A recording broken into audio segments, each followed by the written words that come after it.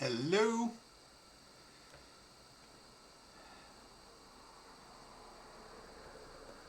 All right.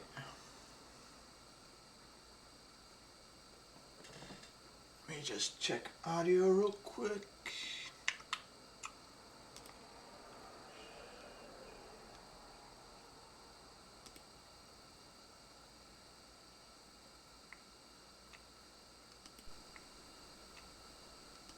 Testing.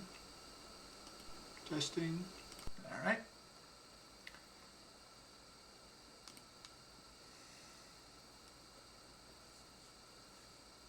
And welcome to my next series setting breakdown. I am Paul Westman, and today we're going to be going over a new urban fantasy series that deals with a post-apocalyptic twist. I'm talking about the Kate Daniel series by Ilona Andrews. Ilona Andrews is a team of writers, husband and wife.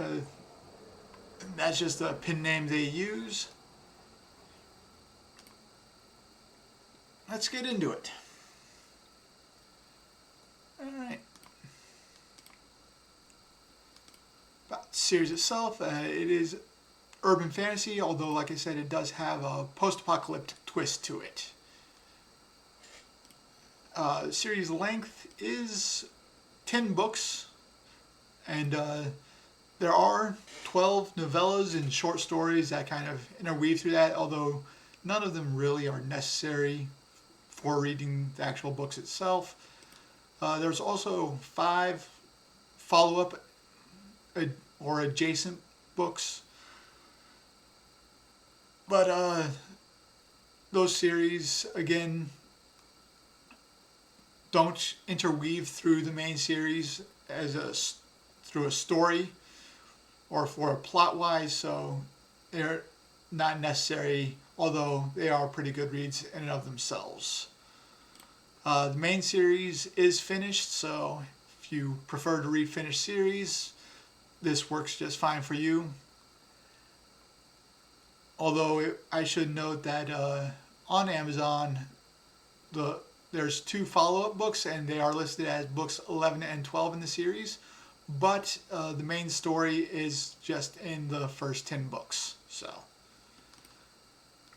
all right, setting of the book, it is set in a modern age like most urban fantasy, but this one, it is in the southern United States, specifically in Atlanta, Georgia, but there are some scenes and some locations that do take place in Savannah, Georgia. So, now, as for the magic of every fantasy series, talk about that a little bit. It is a soft system of magic. Magic in particular is broken down into 4 basic types of magic. First, we have your human magic. That just comes from your standard mages. It's anything that is sourced from a human. Next, we have divine magic. That is magic that, as the name implies, comes from divine beings or from faith-based magics. Next, we have shapeshifter magic, which is a different type of magic. That is how the pack magic works, and also is what allows shapeshifters such as werewolves, werebears, werelions to shift. Although it doesn't give any sort of external magic. It is just the ability to shift and the pack bonds in the system. And last, we have undead magic. That is like ghouls, vampires, anything that has been raised from the dead would fall under undead magic. Now, while I said that there's only these 4 basic types, each one of these can be combined with other types of magic, like a human practitioner of magic who gets their magic through their faith to a deity. would have a combination of the human magic and divine magic. So it's not just like one thing, it can only be one thing in each of these. This is just like the main divisions within the spectrum of the magic that can be found in this series. Another relevant part of the magic is the ley lines. Though they are not necessarily tapped for the use of magic, they are used as a form of transportation. So people will often use ley lines to get from one city to the other, as the wilderness in this world has become extremely hazardous. So that's just a safer way to travel. Now, the way magic got into this world is what is called the shift. First shift happened approximately 30 years ago, and what happened was magic and technology used to be in complete balance. But then thousands of years ago, humans started to really push magic and spread magic and develop magic to such a degree that the balance was affected, and then there was a massive pendulum, it swung away and magic completely fell apart. And then after many centuries, technology has become far more prevalent and far more used, and with the complete non-existence of magic, the pendulum swung back the other way to the point where it broke again, and the shift is where magic is kind of swinging back and overtaking technology. So there is no real balance in the world, but what happens is during the day-to-day life, there are periods where technology is in charge, then there's periods when magic is in charge. There's no real set definition of when those are. It's seemingly at random, but during the times when technology is in charge, magic doesn't work. So that leads to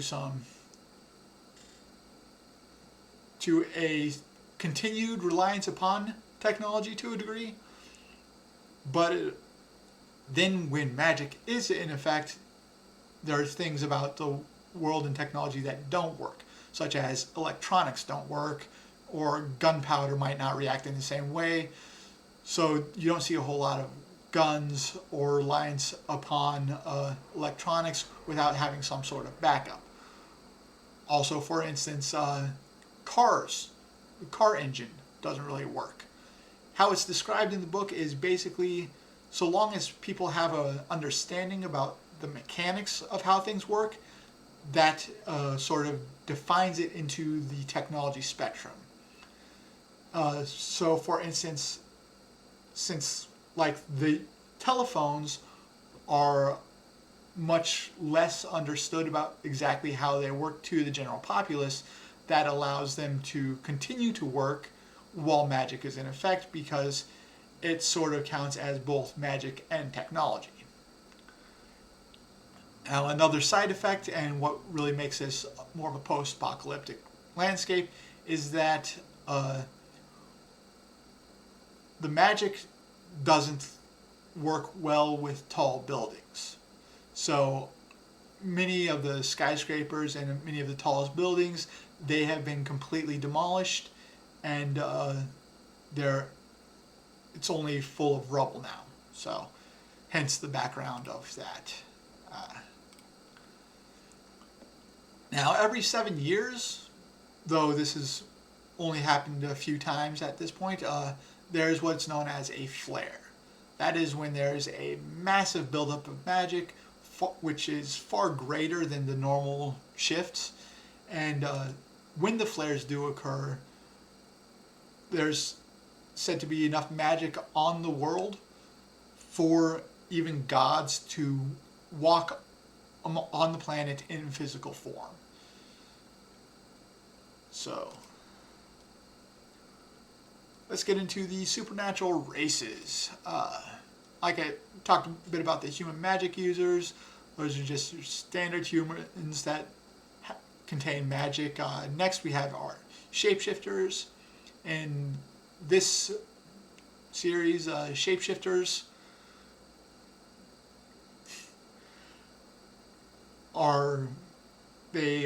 happen because of a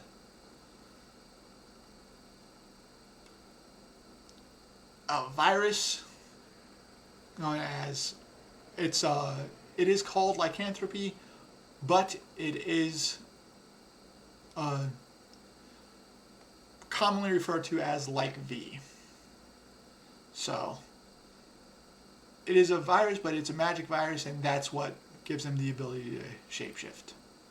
Next we have vampires. Vampires in this series are fairly unique because what they do is instead of necessarily being a specific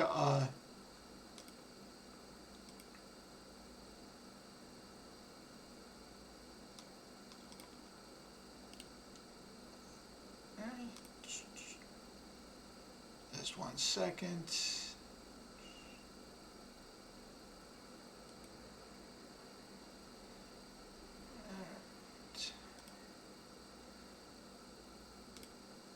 Alright, instead of being like a good or a viable, aware species of themselves, vampires have been reduced to more mindless husks that are controlled by necromancers, pretty much. Alright, then we have the gods. While they are not entirely present, they are far more active in this world than in most series, though they cannot actually physically show up on Earth except during the flare, like I mentioned. Okay, then there's standard monsters that take various forms, like fire lizards. There's a lot of sea monsters, which has made intercontinental travel or crossing the oceans very perilous, so it's much harder to do. Alright, now we're going to get into the various political groups or primary groups throughout the city. This is mostly focused on the city of Atlanta in this series. However, some of these groups are nationwide groups. So, first is the Mercenary Guild. It is open to any race. Doesn't matter who you are, as long as you can contribute to the guild, they will welcome you. Also, it doesn't limit you to only working for the Mercenary Guild. Mercs can choose to work solo, though oftentimes they do combine and pull together to work as a team. It is run by Solomon Red. He is considered like one of the strongest mercenaries, and he's the one that actually helped found the Mercenary Guild. Although underneath Solomon is a guild assembly, which is half mercs, half admin, although most of the admin are former mercs themselves. So, but underneath that, and the linchpin of the entire Mercenary Guild, is the clerk. His name is not actually known. It is never mentioned throughout the book or throughout the series. He's just called the clerk. He's the guy that everyone calls. He's the guy that people go to if they want contracts. So if there's an issue, talk to the clerk. Next, there's the Order of Knights of Merciful Aid. These are a group of mostly humans that they've taken it upon themselves to protect humanity. They do act, they have their own standard where they accept any and every single petition that shows up, and they will only charge you what they think that the petitioner is capable of paying. So if you're very poor and you need help, they will charge you only a small amount. But if you're a much richer person and you need their help, then they tend to charge you a lot more. They will never refuse any request, but the reason why people don't go to them unless they're very desperate is because they will always solve the problem according to their standards and not necessarily the petitioner's. So for instance, if your brother got infected with lycanthropy and was having a hard time transforming or controlling themselves, the knights would probably just kill him instead of trying to capture him or teach him how to do that. And even if you specifically say you don't want your brother killed in that scenario, it doesn't matter. They will do what they do. So that is why they are typically a last resort. Now there's a wide variety of knights in the order. First we'll talk about the Knight Defender. These are rank and file. They don't really have anything special. They don't have any specialty, but they're there and they're willing to work. Next you have your Knight Questers. Those are more along the lines of a detective or inquisitor. They're the ones that, for instance, if you have an issue with another knight, their internal affairs. So next you have your Knight Diviners. Those, they primarily tend to practice faith-based or divine magics. Also, they're far more religious, and they tend to also act as like counselors or therapists. So next you have your Master at Arms. These are the people who have trained specifically in weapons like guns or crossbows or swords, and they have achieved the complete mastery of those weapons. Next you have a Master at Craft. That is similar to the Master at Arms, except whereas the Master of Arms uses like physical weapons, the Master at Craft uses magic. So these would be like a Master Evoker or a Master Healer. These are the Masters at Craft. Next you have your Knight Crusaders. These are the knights who are the most secretive.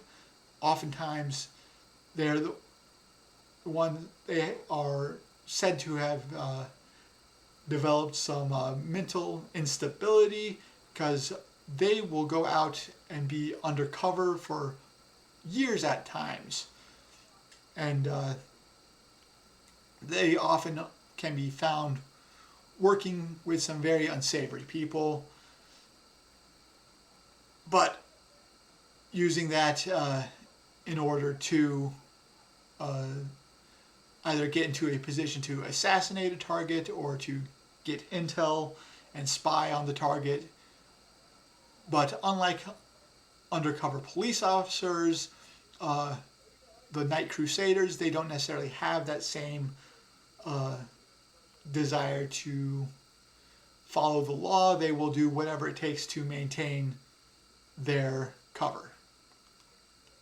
And lastly, we have our Knight Protectors. These are the chapter leaders. Each city where there is an order, those are called the chapters, and they are all led by the Knight Protectors. They're oftentimes older, better trained, more powerful.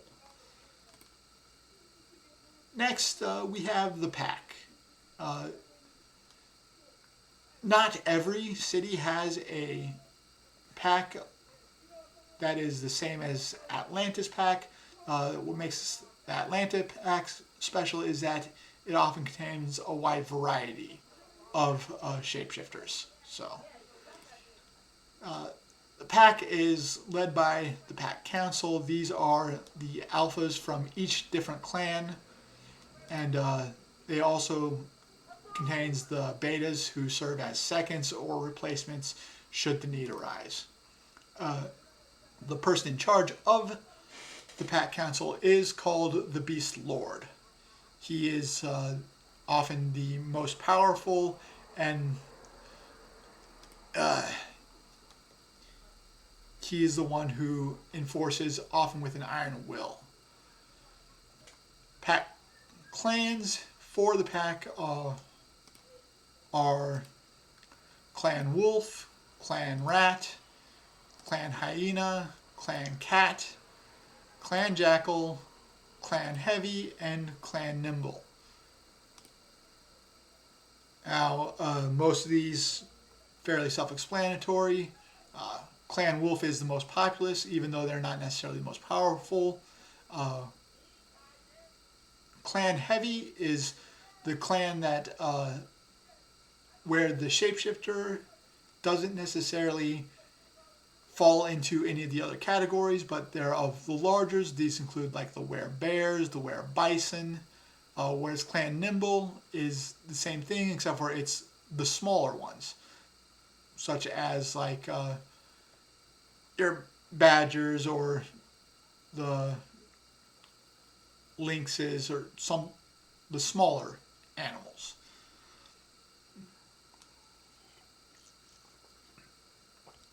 Now, the reason why the pack is so important to shapeshifters is because while the like V gives them the ability to shift and also has the innate magic, one of the downsides is that if it becomes too concentrated in your system, or if you aren't willing to keep control of it as often as you should, what will happen is it's called going loop, where you lose control and basically you become a monster who starts killing everything around you. So the pack has a much stricter system, and it's a good framework which helps prevent the shapeshifters from losing control like that. Right? Now we have the people. The people are typically shown in a more negative light, even though they are almost cult-like. This is where you'll find all the vampires. And like I said before, vampires have no will of their own. They have no ability to think. They're just empty shells. And so here's where you'll find your navigators. That is what the necromancers are referred to. Navigators are people who can basically put their awareness into the vampires and pilot them around. Now they do this because while the vampires are just empty shells, they are still much faster and much stronger and more durable. So navigators typically will never show up to an area on their own. They prefer to interact through the vampires. Now, within the navigators, there's what's known as journeymen, and then there's the masters of the dead. These are oftentimes a description of their skill level. For instance, most masters of the dead are capable of operating more than one vampire at a time, and their skill is also determined by how far away they can take the vampire before they lose control. Now, the people are led by a man known as Roland. He is a very legendary figure throughout the series, and while he goes by the name Roland, that is not his actual name. He is a man who is actually alive before magic fell the first time, and then he went into a sort of stasis. And then once magic started returning and the first shift happened, he woke up and he built up the people again. He started remaking vampires and his entire magic empire. There's two main sections of the people. There are the Order of the Iron Dogs, and there's the Order of the Golden Legion. They both work directly under Roland, and Iron Dogs is more of a military faction. It does bring in, there are some like shapeshifters or non-vampires that work as the foot soldiers, whereas the Order of the Golden Legion is more focused primarily on the vampires and research and focusing more on magic.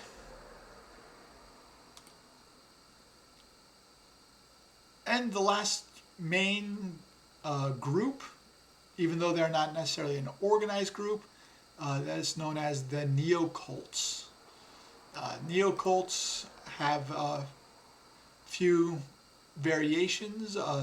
These are people who basically are, while they do not worship a major religion like Christianity or Buddhism, they do worship like older religions. Like the classical cults, they serve the Greek and Roman gods. Next you have your traditionalist cults. Those are Vikings, Celts, Russians, Japanese, Chinese gods. Then you have your sects, which they worship kind of offshoots of main religions, such as Satanists, Orders of the Broken Cross. And last you have modern cults, which worship new deities and also worship possible extraterrestrial, who they believe.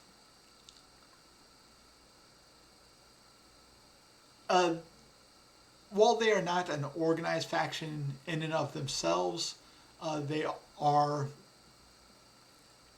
a main group that sort of just can be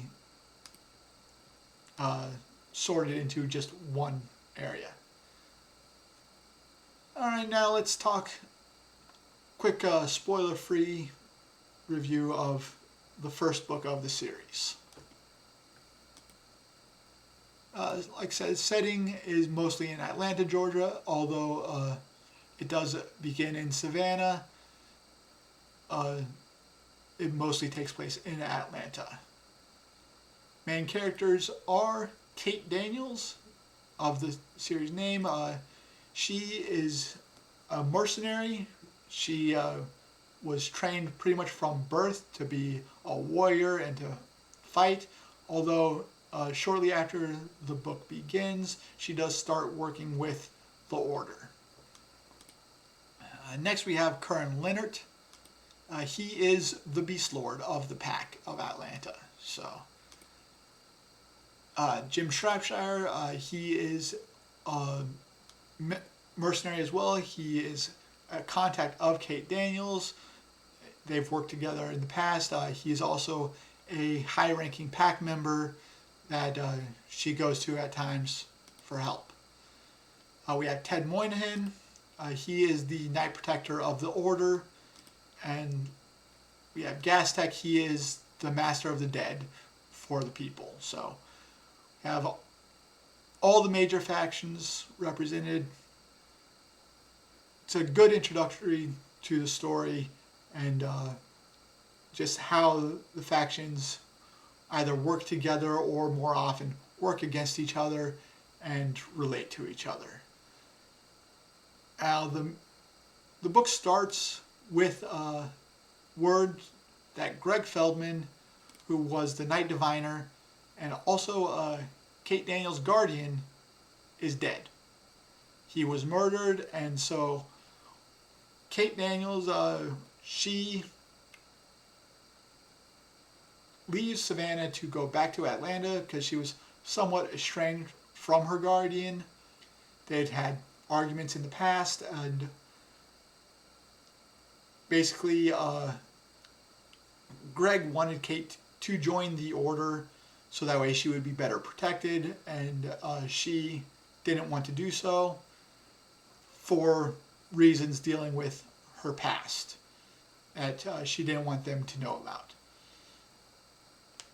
But then she gets word that Greg has been murdered, so she heads back up to Atlanta, and the first book is her attempting to solve the murder.